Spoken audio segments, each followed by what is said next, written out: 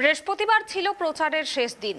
প্রচারের শেষ দিনে তৃণমূলকে পরাস্ত করতে প্রচারের শেষ লগ্নে কংগ্রেসের সাথে সরাসরি মাঠে নেমেছে সিপিআইএম। বিভিন্ন গ্রামে দু দলের কর্মীদের চাহিদায় বন্ধুত্বপূর্ণ লড়াই রয়েছে কোনো না কোনো জায়গায়। নদিয়ার শান্তিপুর ব্লকের আটবলদা সরকার পাড়ায় সিপিআইএম প্রার্থী নান্টু বিশ্বাসের প্রতিদ্বন্দ্বী তৃণমূল এবং বিজেপি। কংগ্রেস প্রার্থী দেয়নি, তবে বিজেপি এবং তৃণমূলকে পরাস্ত করতে প্রচারের শেষ লগ্নে সরাসরি মাঠে নামল সিপিআইএম এর সাথে। গত 2018 সালের মতো পঞ্চায়েত নির্বাচনে দলীয়ভাবে আসন সমঝোতা না হলেও এবারে বিভিন্ন গ্রামে দু দলের কর্মীদের চাহিদায় বন্ধুত্বপূর্ণ লড়াই রয়েছে কোনো কোনো জায়গায়। তবে স্বল্প সংখ্যক হলেও সিপিএম কংগ্রেস উভয়ই প্রার্থী দিয়েছে এমন দৃষ্টান্তও আছে। নদিয়ার শান্তিপুর ব্লকের আড়বলদা সরকার পাড়ায় সিপিআইএম প্রার্থী নান্টু বিশ্বাসের প্রতিদ্বন্দ্বী তৃণমূল এবং বিজেপি। কংগ্রেস প্রার্থী দেয়নি, তবে বিজেপি এবং তৃণমূলকে পরাস্ত করতে প্রচারের শেষ লগ্নে সরাসরি মাঠে নামল সিপিআইএম এর সাথে। বৃহস্পতিবার এক র্যালির মধ্যে দিয়ে তারাও সিপিএম প্রার্থীর সমর্থনে সরাসরি ভোট প্রার্থনা করল সাধারণ মানুষের কাছে। এ বিষয়ে জাতীয় কংগ্রেসের শান্তিপুর ব্লক কনভেনার কমলকান্তি জানান, আসন সমঝোতার ব্যাপারে দলীয় কোনো নির্দেশ ছিল না ঠিকই, তবে কর্মীরা নিজেরাই তৃণমূল এবং বিজেপির হাত থেকে নিষ্কৃতি পেতে বোঝাপড়া করে নিয়েছে বেশিরভাগ জায়গায়। সরকার পাড়াও তার ব্যতিক্রম নয়। তবে শুধু প্রার্থী পদ না দিয়েই নয়, এই অঞ্চলে বহু অতীতকাল থেকেই বহু কংগ্রেস কর্মী সমর্থক রয়েছে যাদের কাছে দলীয় বার্তা ঠিক স্পষ্ট নয়, তাই মানুষের কথা ভেবেই সিপিআইএমকে ভোট দেওয়ার জন্য আবেদন। এখানে সিপিআইএম প্রার্থী যথেষ্ট জনপ্রিয়, তার উপরে কংগ্রেসের সরাসরি সমর্থন তাকে জয়ের দিকে এগিয়ে দিল অনেকটাই। কোন অঞ্চলে দাঁড়িয়েছেন? আমি বলিয়ার নারায়ণপুর দক্ষিণ অঞ্চল। কোন দল থেকে? CPM party. কেমন বুঝছেন?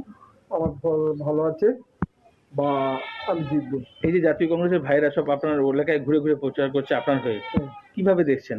আমি তাদেরকে ভালো চোখে দেখছি বা আমার হয়ে তাদেরকে আমি ধন্যবাদ জানাই, কৃতজ্ঞ জানাই তাদের। তাতে কি আরো মানে মার্জিনটা বাড়বে বলে? হ্যাঁ, অবশ্যই বাড়বে। তারা যদি আমার কৃতজ্ঞ জানাই বা আমার হয়ে তারা যদি বিচার করে, তাহলে আমি অবশ্যই ভালো করে জিতবো। তার মানে এখানে হিসাব মতন আপনাদের সঙ্গে কংগ্রেসের একটা জোট, অলিখিত জোট হলোই। জোট বলা যাবে না, তারা আমাকে সমর্থন করছে। সিপিআইএম প্রার্থী নান্টু বিশ্বাস বলেন, তৃণমূলের দুর্নীতি এবং বিজেপির ধর্মীয় বিভাজনে মানুষ অতিষ্ঠ, তাই এখানে সিপিআইএম প্রার্থী হিসেবে আমাকেই চাইছে। আজ জাতীয় কংগ্রেসের বন্ধুরা বাড়ি বাড়ি ঘুরে আমার ভোট প্রচার করে, এজন্য আমি কৃতজ্ঞ, ধন্যবাদ জানাই তাদের প্রত্যেককে। এর ফলে জয়ের মার্জিন অনেকটাই বাড়বে বলে আমার মনে হচ্ছে। এই এলাকায় প্রার্থী দুজন আছে, জেলা পরিষদ এবং পঞ্চায়েত সমিতিতে, কিন্তু গ্রাম সভাতে কংগ্রেসের কোনো প্রার্থী নেই। গ্রাম সভায় কংগ্রেসিরা ভেবেছিল যে তৃণমূল কংগ্রেসকে সমর্থনটা করে দেবে, কিন্তু তৃণমূল কংগ্রেসের আচার আচরণ দেখে তারা বাধ্য হয়েছে সিপিএমকে সমর্থন করতে। মানুষের দাবি মেনে আমরা দলগতভাবে এই সিদ্ধান্ত নিতে বাধ্য হয়েছি এবং এই সিদ্ধান্ত মানুষ ফলপ্রসূ করবে। সিপিএমকে এখানে ভোট দেওয়ার জন্য আমরা আবেদন রাখছি কংগ্রেসের সাথে সাথে। তৃণমূলকে সমর্থন করতো মানে কংগ্রেস তৃণমূলকে সমর্থন করতো? হ্যাঁ, এই সিটের ক্ষেত্রে করতো, অপেক্ষারত অবস্থায় ছিল, কিন্তু তৃণমূল কংগ্রেসের পক্ষ থেকে আমার কংগ্রেসি ভাইদের কাছে কোনো আবেদন এসে পৌঁছায়নি। সেই কারণের জন্য তারা বাধ্য হয়ে সিদ্ধান্ত নিয়েছে যে সিপিএমকে সমর্থন করবে। আচ্ছা, যদি এই সিদ্ধান্তই হয় এটা তো খুব স্বাভাবিকই বিষয়। মানে অনেক জায়গায় ক্ষেত্রে তো দেখা যায় যে সেখানে কংগ্রেস প্রার্থী নেই বলে তারা বামেদের বলে দিচ্ছে ভোট দিতে, তাহলে আপনাদের বিশেষত্ব কি? আমাদের বিশেষত্ব, আমরা যেমন কংগ্রেস প্রার্থীর হয়ে ভোট চাইছি, পাশাপাশি একই সঙ্গে সিপিএম প্রার্থীর হয়ে ভোট চাইছি। এটা একটা নজিরবিহীন ঘটনা যে কংগ্রেস প্রার্থীরা সিপিএম প্রার্থীর হয়ে ভোট চাইছে। তো সেক্ষেত্রে তো অনেক জায়গায় হয় না এরকম ব্যাপার? না, এরকমভাবে হয় না। যেটা হয় জোটবদ্ধ হয়ে হয়, কিন্তু আমাদের এখানে প্রার্থী নেই, তাও আমরা গ্রামসভাতে সিপিএমকে সমর্থন করতে বলছি এবং পঞ্চায়েত সমিতি এবং জেলা পরিষদের ক্ষেত্রে আমরা কংগ্রেসকে ভোট দিতে বলছি। আচ্ছা, এই যে তো এখন যেমন সম্পর্কটা, সেটা তো প্রথমের দিকেও করা যেত। প্রথমের দিকে এটা করা যেত না, তার কারণ মানুষের দাবিটা আমাদের কাছে উঠে এসেছিল না, মানুষ সংগঠিত আকারে ছিল না। কংগ্রেসটা নতুন করেই তৈরি হওয়া মতো করে আরবান দিওয়ানে হয়েছে, সেই কারণে আমরা একটু অগোছালো আছি।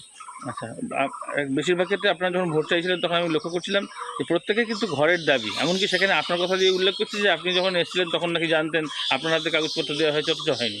কি হ্যাঁ, বলবেন? তৃণমূল কংগ্রেসে থেকে আমরা কোনো রকম মানুষের উপকারের কাজ করতে পারছিলাম না। উন্নয়নের যে কাজ সেটা একটা দালালি রাজে পরিণত হয়েছে পঞ্চায়েত, সেই কারণের জন্য আমরা ওই দল ত্যাগ করে কংগ্রেসে যোগদান করে লড়াই করছি মানুষের জন্য।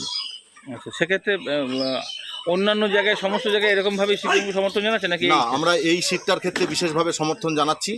তবে সাধারণ ভোটারদের মধ্যে অনেকেরই গৃহ আবাস যোজনা তালিকায় নাম থাকা সত্ত্বেও প্রকল্পাধীন না হতে পেরে আজকের কংগ্রেসের এই প্রচারে থাকা জাতীয় কংগ্রেসের কনভেনার কমলকান্তি সোমের প্রতি ক্ষোভ প্রকাশ করেন।